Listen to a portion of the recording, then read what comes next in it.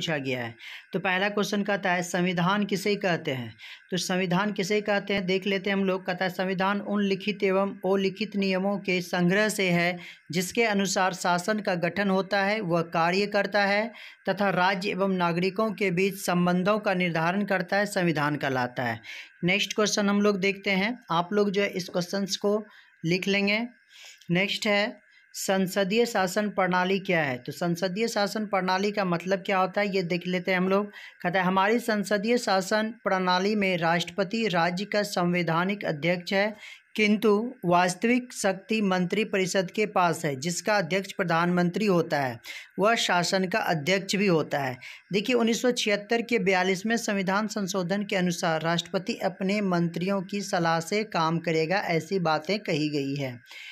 Next question है कानून के समक्ष समानता से क्या अभिप्राय है। तो इसके लिए मैं बता देना चाहता हूँ, इसका जो उत्तर से होगा कानून की दृष्टि में समानता का आशय है कि राज्य सभी लोगों के लिए किसी भेदभाव के बिना एक जैसे कानून बनाएगा तथा उन्हें लागू करेगा। सभी लोगों को कानून का समान संरक्षण प्राप्त होगा। इस प्रकार भारत में कानून के शासन की स्थापना की गई थी। अभी हम लोग मैं बारी बारी से इसे पढ़ रहा हूँ, बाद में डिस्कस हम लोग कर लेंगे। कहता है किसी संघ शासन की मूल विशेषता क्या है। देखिए यहाँ पे घ होगा, संघ शासन की मूल विशेषता क्या है। तो उत्तर होगा किसी संघ शासन के मूल विशेषता निम्नलिखित हैं। पहला है यह लिखित एवं कठोर संविधान जो देश की सर्वोच्च विधि होता है, यानी कि यहाँ पे कानूनों का जो है सर्वोच्च बताया गया है कानून को, वो भी लिखित रूप में। दूसरा है इसमें केंद्र एवं प्रांतीय राज्यों के बीच शक्तियों का वितरण तथा एक स्वतंत्र व निष्पक्ष न्यायपालिका जो दोनों के बीच निर्णायक का काम करती है। ये आपके मूलभूत विशेषताएं हैं संघ शासन की, और यहाँ पे ये दोनों जो है आपस में काम करती है, केंद्र और प्रांत। चलिए नेक्स्ट क्वेश्चन देखते हैं क्या है। सत्ता क्या है। कहता है सत्ता का परिभाषा है सत्ता वह विशेषता है जिससे उसका धारक अन्य लोगों को लाभान्वित, उत्प्रीत या दंडित करके उनसे वही काम करा सकता है जो अन्यथा नहीं हो सकता था, उसे सत्ता कहा जाता है। नेक्स्ट क्वेश्चन हम लोग देख लेते हैं। 6 नंबर क्या कहता है। 6 नंबर का है स्वतंत्रता क्या है। तो स्वतंत्रता क्या है उससे देख लेते हैं हम लोग इसकी परिभाषा। कहता है कि स्वतंत्रता का आशय उस वातावरण से है जो इच्छुक तौर से बनाए रखना है, जिसमें रहकर व्यक्ति अपने जीवन का सर्वश्रेष्ठ विकास कर सके, उसे स्वतंत्रता कहते हैं। यहाँ मैं बता देता हूँ कि यहाँ पे मैं 2 नंबर का ये क्वेश्चंस है, इसलिए ज़्यादा इसमें कुछ लिखना नहीं है। 2 नंबर के हिसाब से ही मैं क्वेश्चंस का आंसर बनाया हूँ।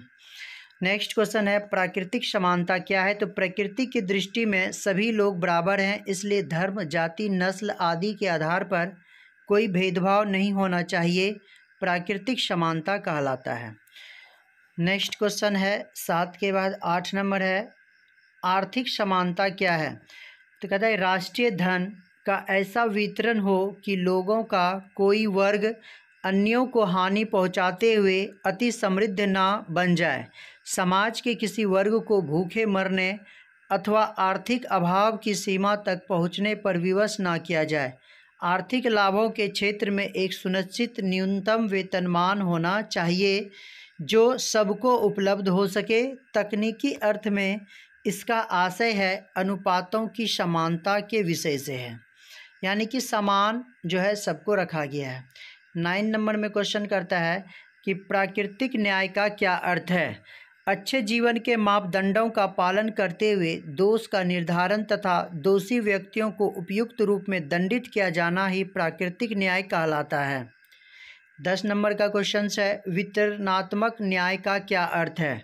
उत्तर हो जाएगा इसका राज्य में पदों एवं राष्ट्रीय संपदा का इस प्रकार वितरण हो कि सभी को उसका लाभ पहुँचे, संपन्न एवं विपन्न के बीच अंतर कम हो सके, उसे वितरणात्मक न्याय कहते हैं। देखिए यहाँ पे संपन्न विपन्न मतलब, संपन्न मतलब सुखी संपन्न जिसके पास धन संपत्ति वगैरह मौजूद अधिक मात्रा में, विपन्न मतलब काफ़ी उससे कम मतलब गरीब से संबंधित है ये।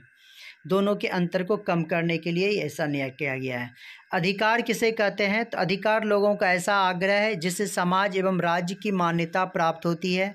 लोग समय समय पर अपनी मांगें उठाते हैं या दावे पेश करते हैं, अधिकार कहलाते हैं। यदि समाज उन्हें स्वीकार कर लेता है तो वह नैतिक अधिकार भी बन जाता है।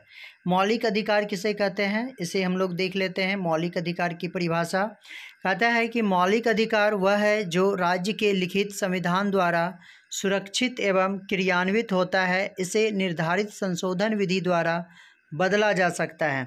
इसे किसी निर्धारित प्रक्रिया के अलावा किसी अन्य तरीके से हटाया या निलंबित नहीं किया जा सकता तथा राज्य का कोई अंग इन अधिकारों का उल्लंघन नहीं कर सकता, मौलिक अधिकार कहलाता है। देखिए, जो भी स्टूडेंट इस चैनल पे न्यू है तो वो प्लीज़ सब्सक्राइब बटन को प्रेस कर दें और क्विक नोटिफिकेशन प्राप्त करने के लिए, नए नए मैसेज, नए नए क्वेश्चंस के लिए आप बेल आइकन को भी प्रेस करना ना भूलें। नेक्स्ट क्वेश्चन देखते हैं हम लोग। गुट निरपेक्षता से क्या अभिप्राय है? गुट निरपेक्षता का क्या मतलब है उसे देख लेते हैं। कहता है गुट निरपेक्षता से आशय है विश्व राजनीति में महाशक्तियों के नेतृत्व में गठित गुटों से अलग रहना। गुट निरपेक्षता के नीति में अपनी विदेशी नीति की स्वतंत्रता को सुनिश्चित करने तथा अपने राष्ट्रीय हितों के अनुरूप निर्णय लेने की परिस्थिति उपलब्ध कराने की संभावनाएं देखी गई थी। इसके मूल में यह विचार था कि राजनीति से दूर रहते हुए सभी से सहयोग की भावना रखना। 14 नंबर में देख लेते हैं, गठबंधन की राजनीति क्या है? तो गठबंधन की राजनीति किसे कहते हैं? कहता है गठबंधन दो या दो से अधिक राजनीतिक दलों द्वारा किया जाने वाला औपचारिक या अनौपचारिक समझौता है जिसके द्वारा वे अपनी राजनीतिक शक्ति और प्रभाव को बढ़ाने का प्रयास करते हैं। अधिकांश गठबंधन लोकसभा और विधानसभा के चुनाव के बाद किसी एक दल द्वारा बहुमत प्राप्त न कर पाने की स्थिति में मिलीजुली सरकार का गठन करने के लिए अस्तित्व में आते हैं। यही गठबंधन की राजनीति कहलाती है। तो देखिए, यहाँ पे मैं आप लोगों के बता देना चाहता हूँ कि टोटल क्वेश्चंस 30 थे। 30 में 15 आपको अटैम्प्ट लेना था, तो मैं यहाँ पे आपके सामने 15 क्वेश्चंस ही लाया हूँ। बाकी क्वेश्चंस भी समय मिलेगा तो मैं उसे करा दूँगा। फिर भी आप इस 15 क्वेश्चंस को भली भांति देखें और आराम से जो है इसको अध्ययन करें और एग्ज़ाम में जाके इसे आप लिख के आएँ। नेक्स्ट क्वेश्चन है 15 नंबर पे, संप्रदायवाद क्या है? तो उत्तर होगा दूसरे समुदाय के लोगों के प्रति धार्मिक, भाषा अथवा सांस्कृतिक आधार पर और सहिष्णुता की भावना रखना तथा धार्मिक सांस्कृतिक भिन्नता के आधार पर अपने समुदाय के लिए राजनीतिक अधिकार, अधिक सत्ता प्रतिष्ठा की मांगें रखना और अपने हितों को राष्ट्रीय हितों से ऊपर रखना संप्रदायवाद कहलाता है।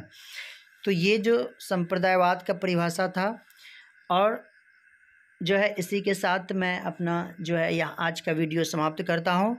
आप लोग अपने दोस्तों में भी शेयर करें, लाइक करें, कमेंट करें। धन्यवाद।